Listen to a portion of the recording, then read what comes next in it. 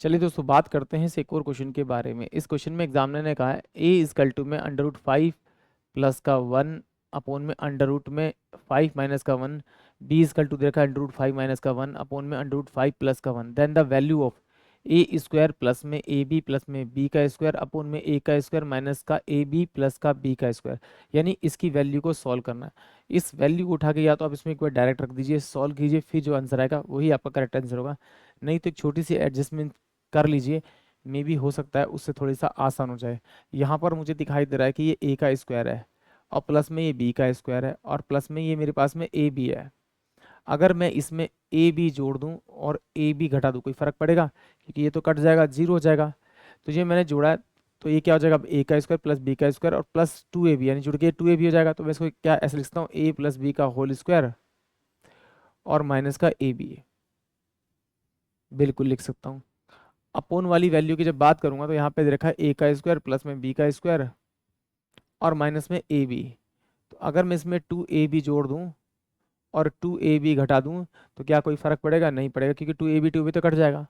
तो इसका मतलब इसका लिख सकता हूँ मैं ए का स्क्वायर प्लस में बी का स्क्वायर प्लस में 2ab और ये माइनस का 3ab हो जाएगा। तो इसका मतलब क्या होगा, ये a प्लस बी का होल स्क्वायर और ये माइनस का 3ab हो जाएगा। यानी कि अब मैं इन दोनों की वैल्यू निकाल के इसमें डालूंगा तो मेरा करेक्ट आंसर मिल जाएगा। यानी एक बार प्लस करना और एक बार मल्टीप्लाई करना। तो पहले मैं इसको प्लस कर लेता हूँ। जब इन दोनों को मैं वैल्यू को प्लस करूंगा तो ये वाली वैल्यू इससे मल्टीप्लाई होगी, तो ये मेरे पास 5 प्लस का 1 और प्लस में क्या हो जाएगा, 2 रूट में 5 हो जाएगा। इसको जब इससे मल्टीप्लाई करूंगा तो मेरे पास क्या हो जाएगा आपका, ये प्लस में 5 प्लस में 1 और माइनस का 2 रूट में 5 हो जाएगा। और जब इन दोनों का एलसीएम लूंगा तो ये a माइनस का b है और ये प्लस का b है, तो यानी कि 5 माइनस का 1 हो जाएगा। तो ये इस वाली वैल्यू से कट जाएगी और 6 और 6 12, 12 को मैं 4 से डिवाइड करूंगा तो मेरे पास में वैल्यू आ गई आपकी 3।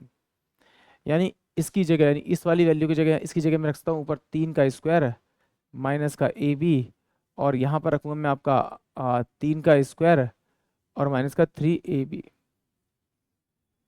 ये मेरे पास इसकी वैल्यू आ गई। अब मुझे क्या निकालनी है, मल्टीप्लाई करके वैल्यू निकालनी है। तो दोनों को मल्टीप्लाई कर देते हैं।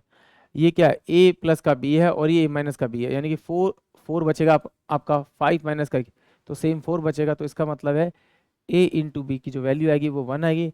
तो यहाँ पर आप इसकी वैल्यू 1 दे दे, तो 9 माइनस का 1 करूँगा तो मेरे पास में 8 आएगा। 9 माइनस का 3 करूँगा तो मेरे पास में 6 आएगा।